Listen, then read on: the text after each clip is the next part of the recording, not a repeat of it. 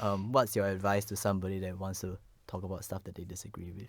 Okay. I don't like to give advice. I think it is like very valid that people feel paralyzed and fearful and afraid of censorship and backlash about what they say online because it's not a friendly space to talk about difficult things.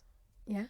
It's also not a space that is always ideal for like meaningful discourse and good faith engagements because, in a kind of reactionary culture where like it's just about, oh, you said this, then okay, everybody share, go viral, scold you, slam you, then like very bad already, like cannot really engage in a lot of, yeah. And then I think people have this, I think a lot of my friends who are very well-intentioned and are very thoughtful about a lot of issues feel immense fear and feel paralyzed when it comes to commenting on things online because they're like, oh, what if I get this fact wrong and then will people go after me? Will I look stupid?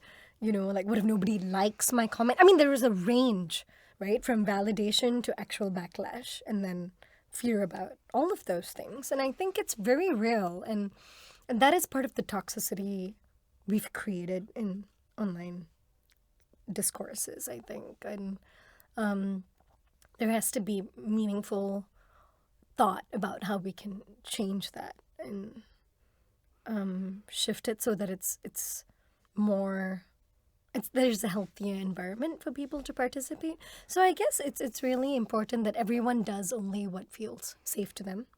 I mean, there is a difference between pushing your comfort zone and doing something that feels threatening. And it can be a nuanced difference, but I don't think people should feel like pressured to do anything that doesn't feel safe to them because our bodies and our minds have, a lot of wisdom. So when we feel nervous about something, it's for a good reason. We have to trust it. And I think if it's not, if you don't have the particular kind of stamina that is required for online debates of that kind and getting entrenched in some sorts of like toxic back and forths and all of that, then there are so many other ways that people can meaningfully participate in conversations, right? Like talking to friends around you, talking to family, talking to colleagues, or like, just like sharing friends only posts. Like there's lots of, like for me, it helps to have like tiered sharing, right? So I only share publicly things that like cannot not see. I must see. And then I am very like anything happen, so I don't care, I must see. Like that kind, okay? So there's that tier. And then there's the tier of like, okay, I feel this deeply, but I don't feel very comfortable saying it to everybody, so I will share it with a wide group of friends. And then there's stuff that I only want to say and discuss with very trusted friends. And it's a process of learning because like when I share it, I see their response, I learn from their response, and then maybe I can take that and say a form of it more publicly. Does that make sense? Yeah. Because it's kind of like a sounding board, right? With friends when you're trying to like refine an idea or talk through whether this actually, what are your blind spots when you're saying this thing? Are you really thinking through everything? So you need, I guess, thoughtful friends to bounce that off of if you can. And I also think that, it's about what you choose to do online. Like, do you want to get entangled in a comments thread, on a public post? Do you just want to say your own piece separately? Like there's, lots of choices to be made. Like some people are just like, don't read the comments kind, right? Or like, and some people will post things and then they will withdraw. Like they don't feel an obligation to respond to every comment. Comments like, are disabled for this video. Yeah, or like I've set my piece and people can react to it, they can comment, but they can talk among themselves and I'm, kind of disentangling myself from that. Some people feel like they have to respond to everything because now that they've put this out there, if people are commenting, they have to reply. So it's, I think everyone has to like figure out what will keep them sane while doing something that they care about. Yeah. I think that what struck me was like in your response was the idea of like your body and mind has the wisdom like to know what it can do or what it cannot do, because I think some people, especially online, right, and we talked about like how you are separate from your physical self, people might get carried away with like how people pressure them to react or do something online. Yeah.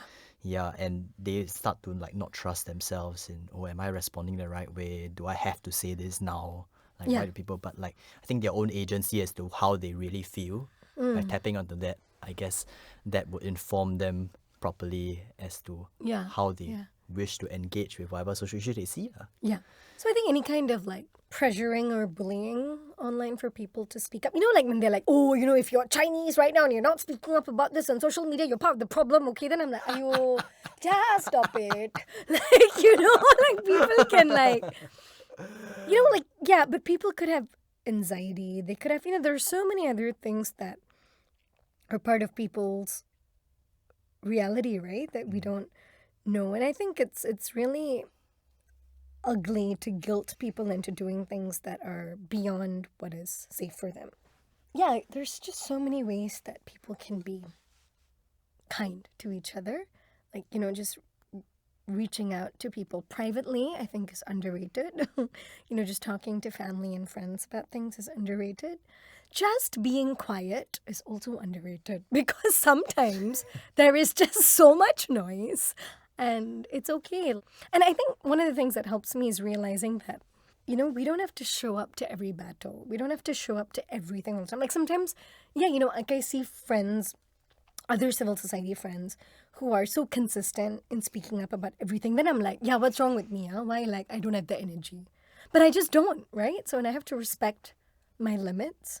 And there's different kinds of energy, right? I think reflective energy sometimes can produce something quite different from a reactive and responsive energy.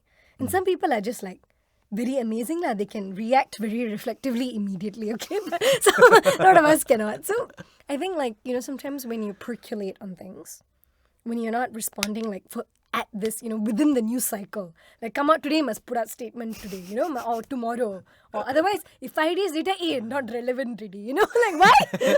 Never mind, I can write 2 months later also. Like, so I think it's like giving yourself the space to do you, right? And participate in the ways that feel the most resonant for you, I think is really important because it is more sustainable, it preserves yourself, and if you do it that way, then you're probably doing what's best for the discourse too.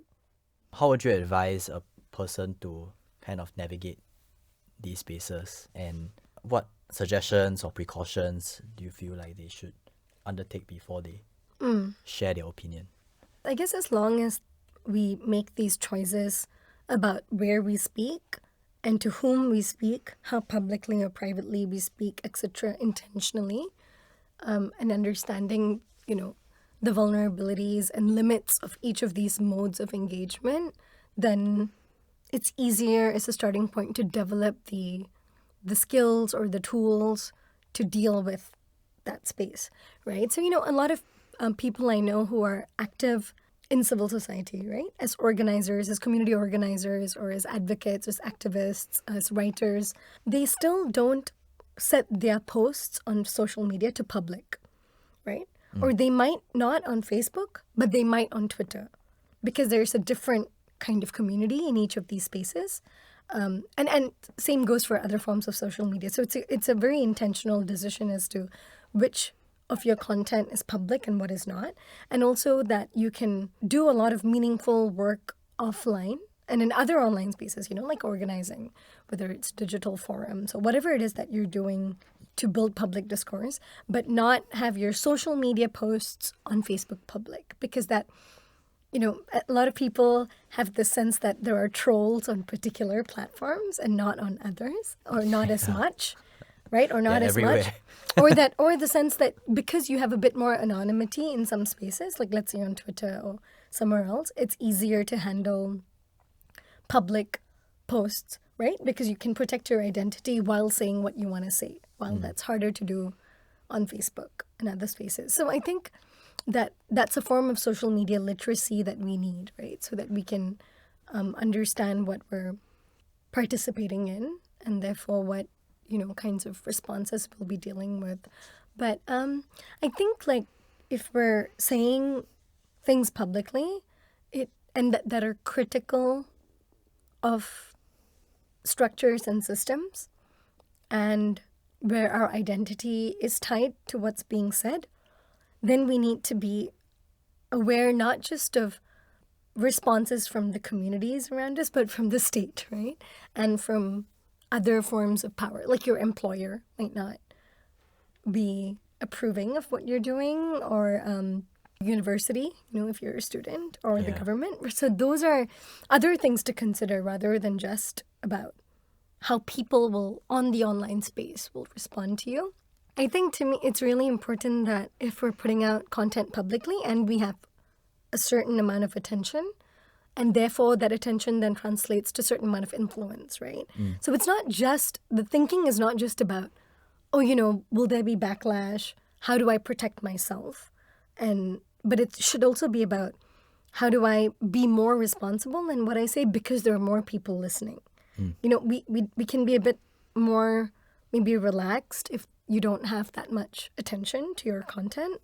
But so to me, it's really important to fact check what I'm saying, to triangulate sources, to really think through the implications of what I'm saying for different communities and groups, to bounce ideas off of friends whom I trust before I write, to show what I'm writing to a few trusted people so that they can give me feedback. So those are things that I do, and everyone will have different, strategies for how they want to edit or curate their content. But I have more lately recognized that there are quite a number of people who read the things I post, even though I don't post very regularly, except, when there is something I'm kind of committed to paying attention to for a period, then I do. But I think the responsibility just keeps kind of increasing, and then you learn more ways to make sure that you're both being responsible to yourself and others as you put your content out. We still learn every day how to navigate ourselves online. Yeah, it's unprecedented, right? The level of social media, influence on our lives and our influence on it, It just came like a wave, we suddenly got it suddenly became such a powerful thing. Right, and it's such a huge cognitive adjustment and load. I mean, it's had so many other effects, like diminished our ability to read, things that are longer, even to watch. I can't even watch shows that are slower now. I'm can something happen now? It's very taxing. So it's, I think, also just important to detach and slow down when we can.